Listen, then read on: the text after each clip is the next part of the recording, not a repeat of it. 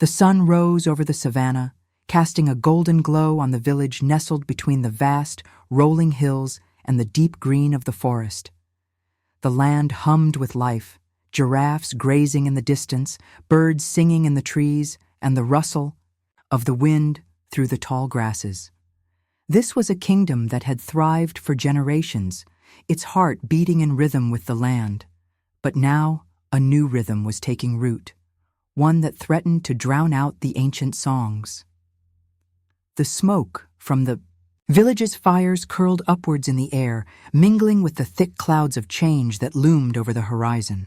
In the distance, the towering palace of King Kwame loomed like a shadow over the people, a symbol of both their pride and their fear. For many years, the kingdom had flourished under the rule of its king, but the winds of time had begun to blow, stronger than ever. The old ways, the customs of the land, were fading. The voices of the people, once loud and proud, were growing quieter, drowned out by the king's new ways. He was a man who clung to his power, refusing to adapt to the changing times, and in doing so, he risked losing everything that made the kingdom what it once was. King Kwame sat upon his throne, his gaze as sharp as the spear he carried in his hand. The grand palace around him was filled with riches, the walls adorned with golden shields, and the floors covered with furs from animals that roamed his lands. His power had grown over the years, fed by fear and manipulation. Once, the people had loved him, but now they whispered his name with fear. Kwame was proud of his rule, proud of his strength. He looked down upon the land and its people as a king who had conquered not only his enemies, but his very people. His reign was a display of power, but it was also a display of something darker, his deep insecurity. For in his heart, he knew that his kingdom was changing, but he would not allow it. He believed that no one could ever challenge him, not even a woman. His eyes gleamed as he surveyed the court, where his servants and advisors knelt before him, each one eager to please. He cared little for the villagers who lived in the huts below the palace. They were mere tools to keep his wealth and influence growing. He taxed them heavily, demanding more and more as his greed grew. Yet beneath the pride and cruelty, Kwame was losing his grip on the kingdom. His connection to the people had weakened, and the land itself seemed restless. The spirits of the ancestors no longer whispered in his ear. It was as if they had turned their backs on him. And still, he ignored the warning signs, believing himself untouchable. Amina stood on the edge of the village, her gaze fixed on the distant palace. Her heart ached as she thought of her family's fall from grace. Once, they had been close allies to King Kwame, but now they had nothing, cast aside like old, worn sandals. Her father had stood for justice, and when the king turned his back on him, the entire family had paid the price. But Amina was not like her father. She did not bow to anyone, especially not to a king who ruled through fear. She was different, sharp, intelligent, and wise beyond her years. Though not of noble birth, she had learned the ways of the land and its people. She had spent years listening to the elders, learning the old stories, and understanding the deep connection between the people and the earth they lived on. The villagers looked to her with hope in their eyes. They saw in Amina a symbol of change, a hope that the kingdom could be restored to its former glory. But Amina knew the road ahead would be difficult. The king was not a man who would easily give up his throne, and he would not take kindly to her challenges. Still, she spoke out. She spoke for the poor, the oppressed, the ones who had no voice. She called for a return to the old ways, where the land was honored and the people lived in peace with one another. Her words rang through the village like a bell of truth, and the people listened. Yet there was another part of Amina's heart, one that she kept hidden, a part that burned with a desire for justice, not just for the kingdom, but for her family. King Kwame's betrayal of her father had left a scar that Amina could not ignore. She wanted justice, and she would get it, even if it meant challenging the king himself. Kofi, Amina's younger brother, sat at the edge of the village, watching the sun dip low on the horizon. His heart was torn, caught between the love he had for his sister and the ambition that burned within him. He had always admired Amina's strength and wisdom, but there was something else that called to him, the promise of power. Kwame had seen potential in Kofi, offering him wealth, land, and influence. In a world where such things were scarce, Kofi was tempted. The king's words whispered in his ears, promising him a future beyond anything he had ever dreamed. Kofi knew that aligning with the king could secure his place in the world, but it also meant betraying his sister, the very woman who had once been his guiding light. Kofi's heart ached as he thought of Amina. She was his blood, his family. How could he turn his back on her? Yet the lure of power was strong. He dreamed of a life where he was not just a poor villager, but a man of influence with wealth beyond measure. And the king's promises were so sweet, but deep down, Kofi knew the cost of his ambition. The price would be his soul and the love of his sister. Still, he could not let go of the dream. The temptation was too great. The elders gathered in the center of the village, their faces etched with age and wisdom. They were the keepers of the kingdom's soul, the ones who understood the ancient rhythms of the land. Their wisdom was sought by all, including the king. At least it had been. Now, however, the elders were sidelined, their voices ignored as King Kwame pushed forward with his new ways. They knew the danger that came with the king's refusal to listen to the land, to the spirits, to the people. The balance was shifting, and they feared for the future of the kingdom. One of the elders, a woman named Nia, stood before the council. Her voice was soft, but it carried the weight of centuries. "The land is restless," she said, her eyes scanning the horizon. "The ancestors are troubled. The people too are restless. The king does not listen. We must remind him of the old ways. He must listen, or this kingdom will fall." The other elders nodded, their faces grave. They had seen the signs of imbalance, crops failing, animals fleeing, the skies darkening in strange ways. The kingdom was sick, and the king's greed was the poison. But the king would not listen. He had grown too powerful, too consumed by his own pride. The sun hung low in the sky, casting long shadows across the village. Its golden rays bathed the dusty streets where the wind whispered of change. The people walked with their heads low, their hearts heavy from years of oppression. But something stirred in the air today. It was the voice of Amina, a voice once quiet, but now rising with the strength of a storm. Amina stood at the heart of the village, the ancient trees that had witnessed the rise and fall of generations swaying gently in the breeze. Her eyes were filled with the fire of justice, and her words carried the weight of the ancestors, echoing through the dusty paths where villagers once walked in silence. "People of the land, listen," Amina's voice rang clear. "The time has come for us to rise. The weight of King Kwame's rule has bent our backs, and our spirits have been crushed. But no longer shall we live in the shadows of fear. The land calls for justice. The wind carries the whispers of the ancestors.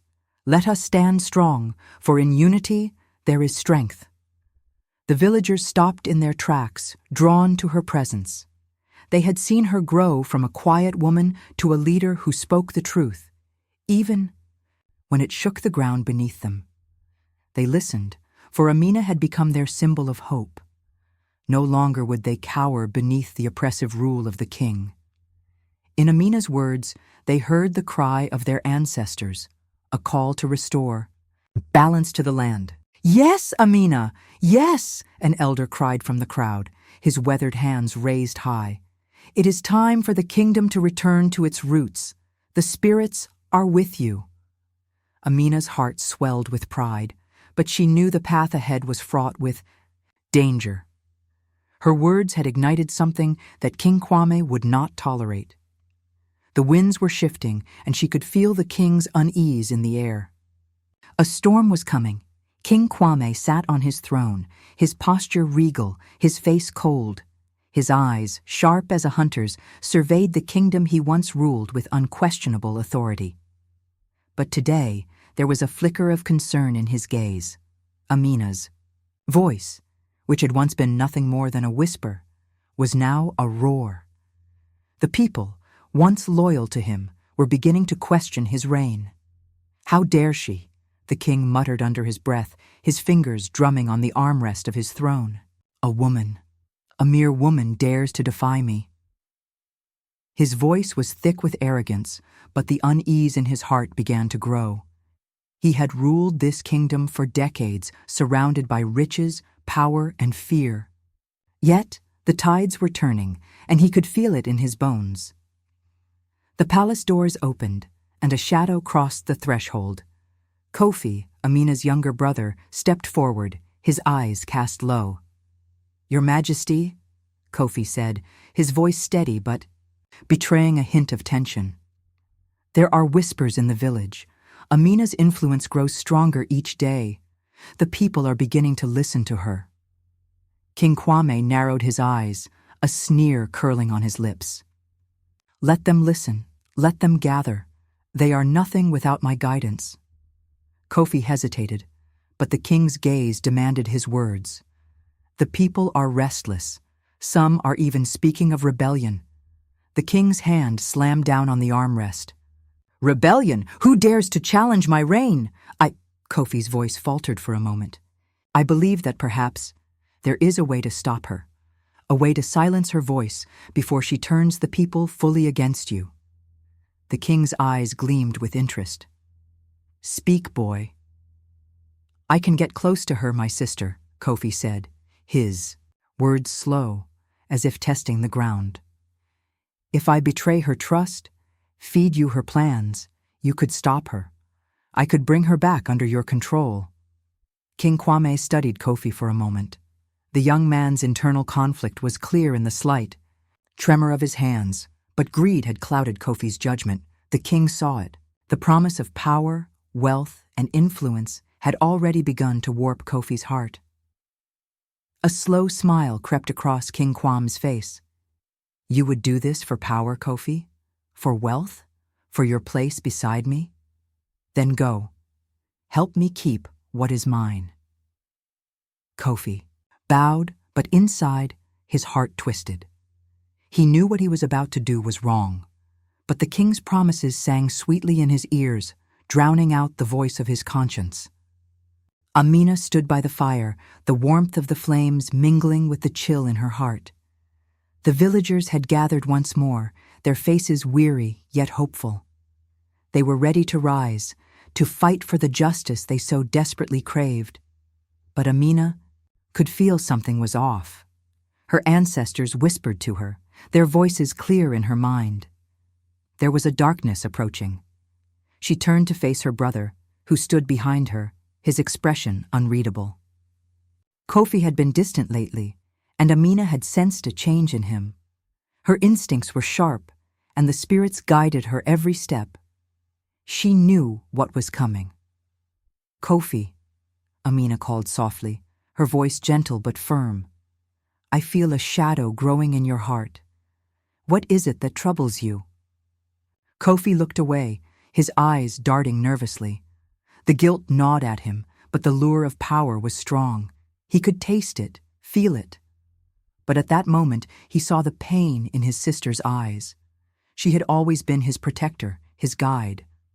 And now he was about to betray her. I've done something," Kofi began, his voice breaking. "I've made a choice. A choice that Amina's eyes widened as the truth sank in, like a stone dropped into a river, causing ripples of betrayal to spread across her heart. "No," she whispered, her voice trembling with sorrow. "Kofi, you didn't."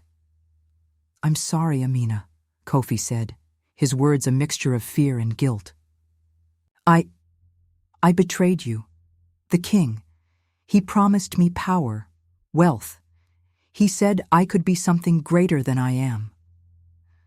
Amina took a step back, her hand clutching her chest as if the betrayal had struck her physically. The pain of her brother's treachery was unbearable, yet beneath it she felt no anger, only sorrow. Why, Kofi? Why would you betray your own blood? For what? A throne that will crumble beneath the weight of lies? Tears welled up in Kofi's eyes, but he did not speak.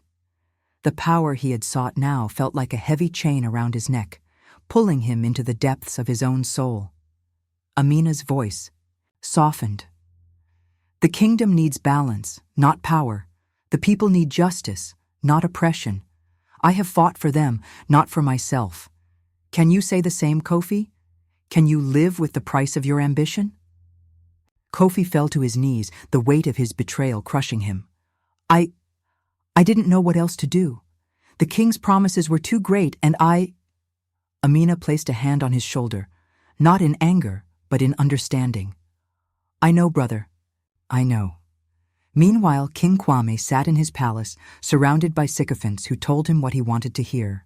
The heat of his arrogance was palpable, and he believed with all his heart that no one, least of all a woman, could challenge his reign.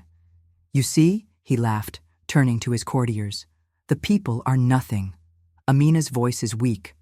I am the ruler. I am the land.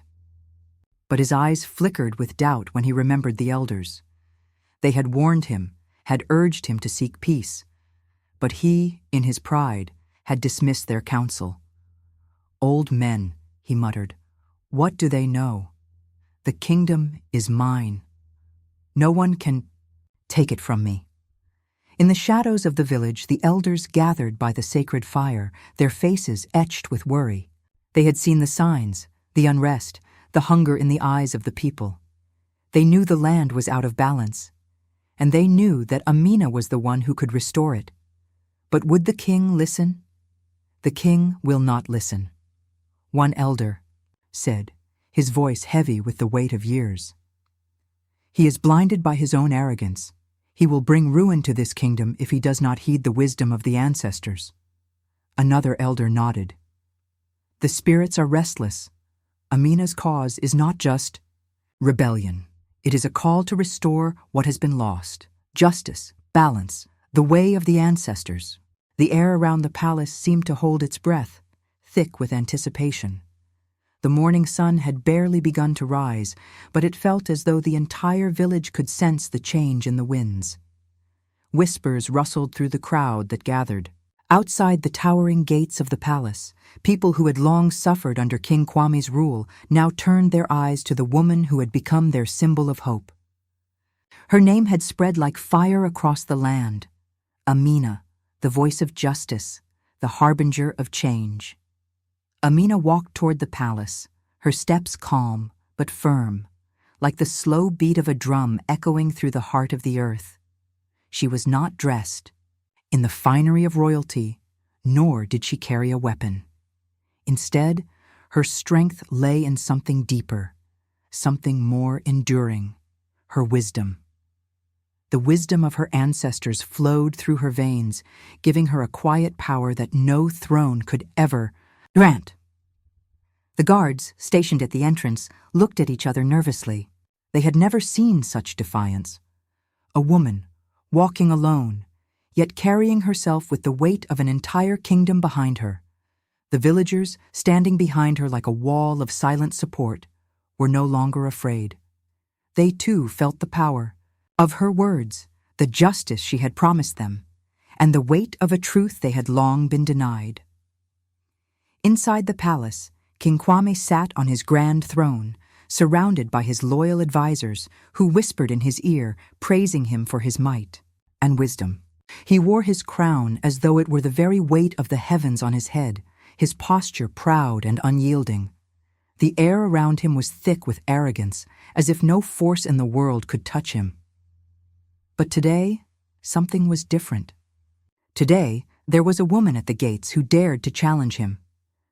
As the great doors of the palace swung open and Amina stepped inside, the sound of her footfalls seemed to echo louder than any drumbeat, each step a declaration.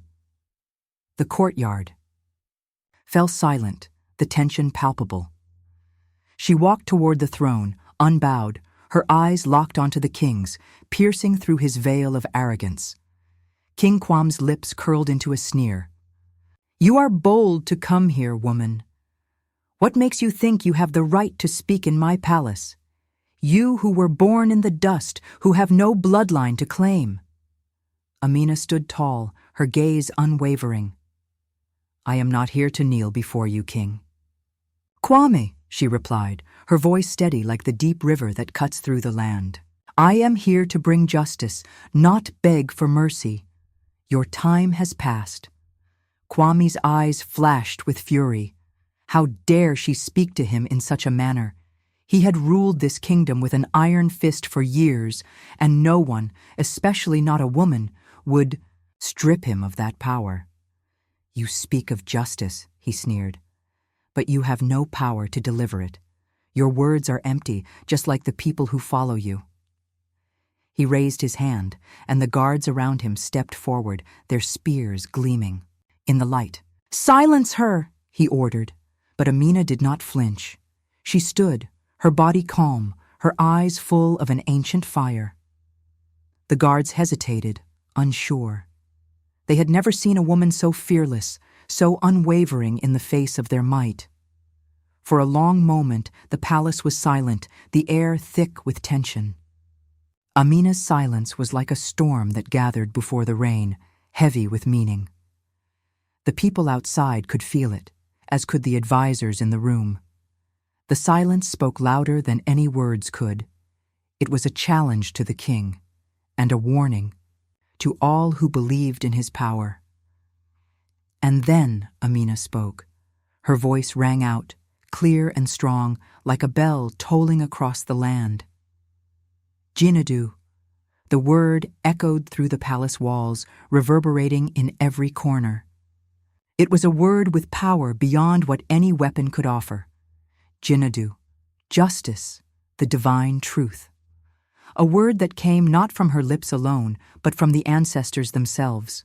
A word that shook the very earth beneath them. The king froze. His advisors looked at one another, confused and fearful.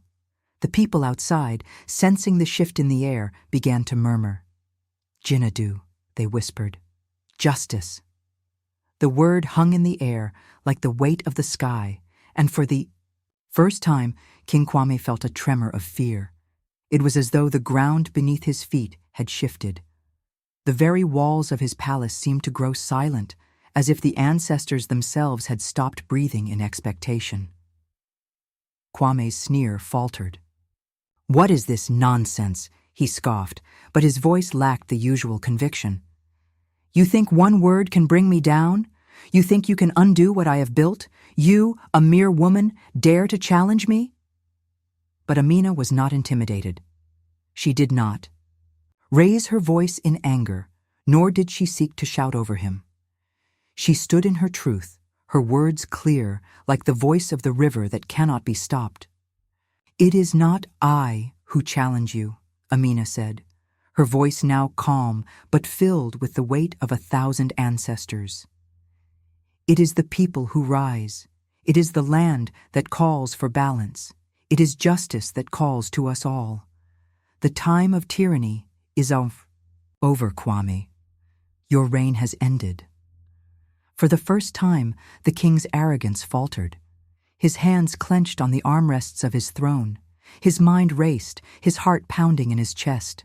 The realization began to seep into him, slow but sure. The word Jinadu was not just a word. It was a force that could not be denied, a truth that could not be silenced. His empire, built on blood and fear, was crumbling before his eyes, and all he could do was watch. The walls of the palace felt cold now, the air heavy with the weight of the ancestors' judgment. Kwame's mind swirled with confusion and fear. Had he been wrong all along? Had he really built his empire on the people's trust, or had it all been a lie? He had been so consumed by power, so blinded by his own belief in his invincibility, that he had forgotten the very foundation of his rule, the people. For a moment, King Kwame saw his reign for what it truly was: hollow, built on fear, manipulation, and lies. The people no longer feared him. They had seen through his facade, and now it was too late for him to turn back. Amina's voice broke the silence, once more, stronger this time, carrying the weight of justice and truth. The people have spoken. Your time is over, King Kwame. The ancestors have spoken. The king, now broken and humbled, slumped in his throne. The guards, who had once stood at attention, now looked uncertain, their loyalty waning. The advisors, who had once flattered him with false praise, now shrank back, realizing the truth of Amina's words. The power had shifted, not through violence or force, but through the strength of truth. The people outside began to chant, their voices rising in unity. "Jinadu! Jinadu! Justice!" The sound grew louder, filling the palace, and with it, the final collapse of King Kwame's reign. No more would he rule with fear. No more would his empire stand on the bones of the oppressed. Amina turned to the people who had gathered outside, her face radiant with the light of victory. She did not seek the throne. She did not need it, for she had already won what truly mattered: the trust and love of the people. The kingdom would be restored, not through the might of one, but through the unity of all. As the people cheered, the earth itself seemed to respond. The crops began to grow again, the rivers flowed with greater abundance, and the very land seemed to breathe a sigh of relief. The balance had been restored. Amina, the woman who had spoken the word of justice, would lead with humility. She would not rule with an iron fist, but with the wisdom of the ancestors, guiding her people to a future of fairness, peace, and prosperity. And the word Jinadu would live on, passed down from generation to generation, a reminder to all that true power lies not in domination, but in justice, truth, and the will of the people. Amina's story would become legend, and her name would be spoken for centuries to come. The grand palace, once towering with pride, now stood as a hollow monument to the fall of King Kwame. Its stone walls, once lavishly adorned with gold and precious stones, were now cracked and weathered, like the broken promises of the tyrant who had reigned within. The air, thick with dust, whispered of power lost. Where once there had been the clatter of golden cups and the shuffling of servants, now there was only silence. Kwame's empire had crumbled, but it had not fallen with the force of swords or battles. No, it had crumbled slowly, as if the earth itself had grown tired of bearing the weight of injustice. The people of the kingdom, those who had once bowed in fear, now turned their backs to the empty throne. The villages that had been oppressed now stood free, but not to fight among themselves. Instead, they turned their faces toward Amina. Amina did not wear the cloak of royalty, nor did she sit upon the throne. But her presence was as undeniable as the sun. She stood not as a ruler seeking power, but as a guide, a beacon of wisdom that had come from the soil, from the spirits of the ancestors. The people, weary of tyranny, found in her the promise of something far more precious than a crown: unity, peace, and balance. The leaders of the villages gathered, the elders with their weathered faces and long white beards. They spoke softly among themselves, for they too had seen the cracks in the palace walls and the shifting tides of power. And as the people gathered outside, the word spread. Amina would guide them back to the old ways, the ways that honored the earth, the ancestors, and the wisdom passed down through the ages. Amina stepped forward, her voice like the gentle hum of the earth itself. "The strength of our people," she said, "was never in the hands of a single man. It was never in the gold of a throne or the might of an army. Our strength lies in balance. It lies in harmony with the land, in respect for each other, and in the wisdom of our ancestors." The elders nodded, their eyes reflecting the same hope that had not been seen in many moons. And so, together, they began to speak of restoration, of returning to the ways that honored life, not death, peace, not conflict, justice, not fear. The old ways, the true ways, were calling them back, and they would answer. Amina gathered the elders in the sacred grove, where the roots of ancient trees held the wisdom of the earth. The fire burned brightly, its crackle a living testimony to the spirits of the ancestors who watched over them. Amina spoke, her words laced with the weight of generations. "Let us remember," she said, "that the kingdom does not live in a palace built of gold, but in the hearts of the people who care for one another. We are not the rulers of this land, we are its stewards. We must honor the earth, for it is the source of our strength. We must honor the spirits of our ancestors, for they guide us when we have lost our way." The elders listened closely, nodding in agreement. They too understood the truth of her words. For too long, they had allowed the ways of the past to be forgotten, replaced by greed and selfish ambition. But Amina's words awakened something deep within them, a knowledge that had been buried but not lost. "Let us rebuild," Amina continued, "not just with our hands, but with our hearts. Let us bring the people together. Let us restore what has been broken and return to the ways that honor the earth and our ancestors." And so, under Amina's guidance, the elders began to lay the groundwork for the future.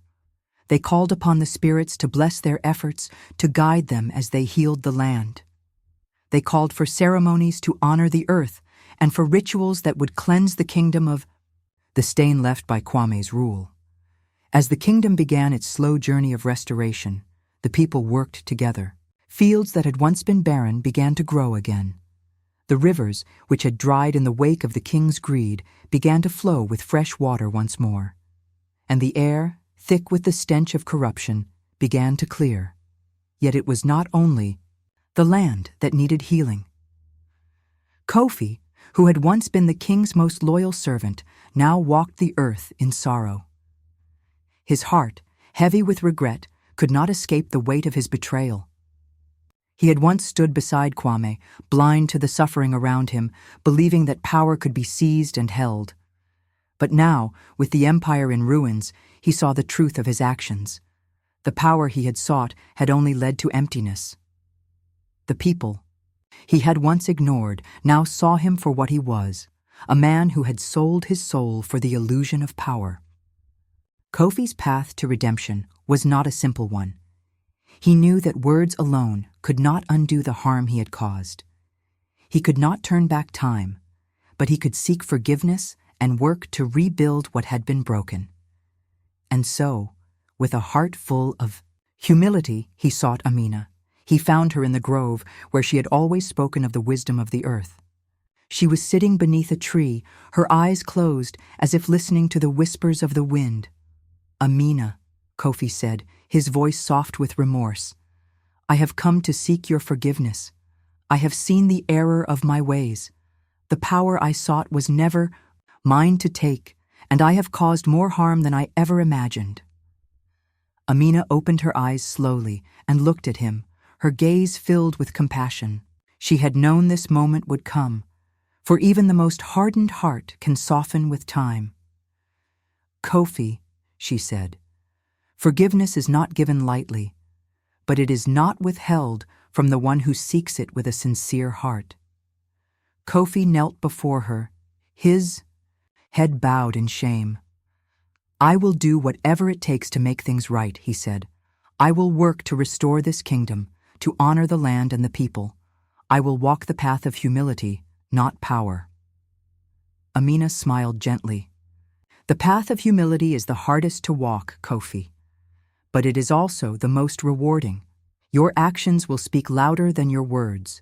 Go and show the people that you are not the man you once were."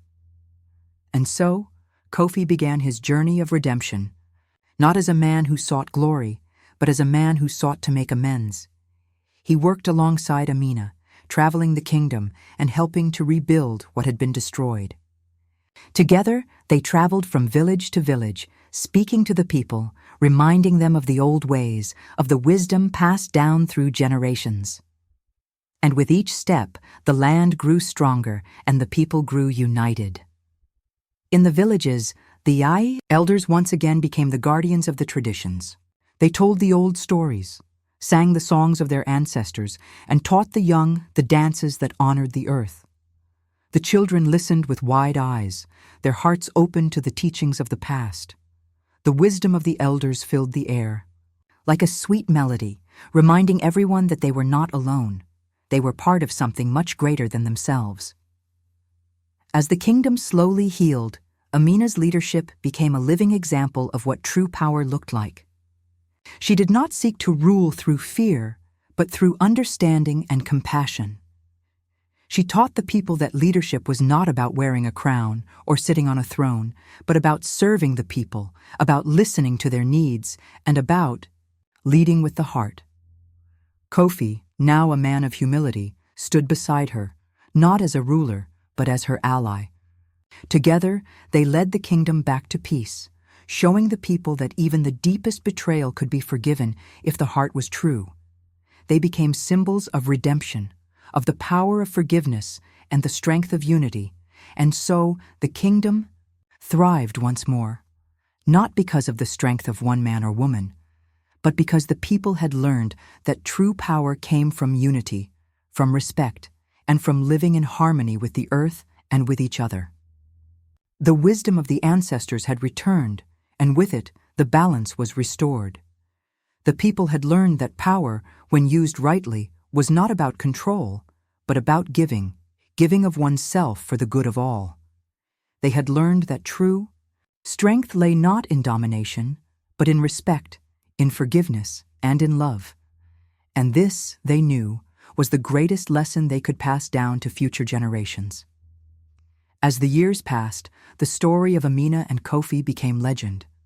The word Jinadu lived on in the hearts of the people, a constant reminder that justice, truth, and balance must always prevail. The kingdom had been reborn, and peace, like the soft rains after a storm, washed over the land once more.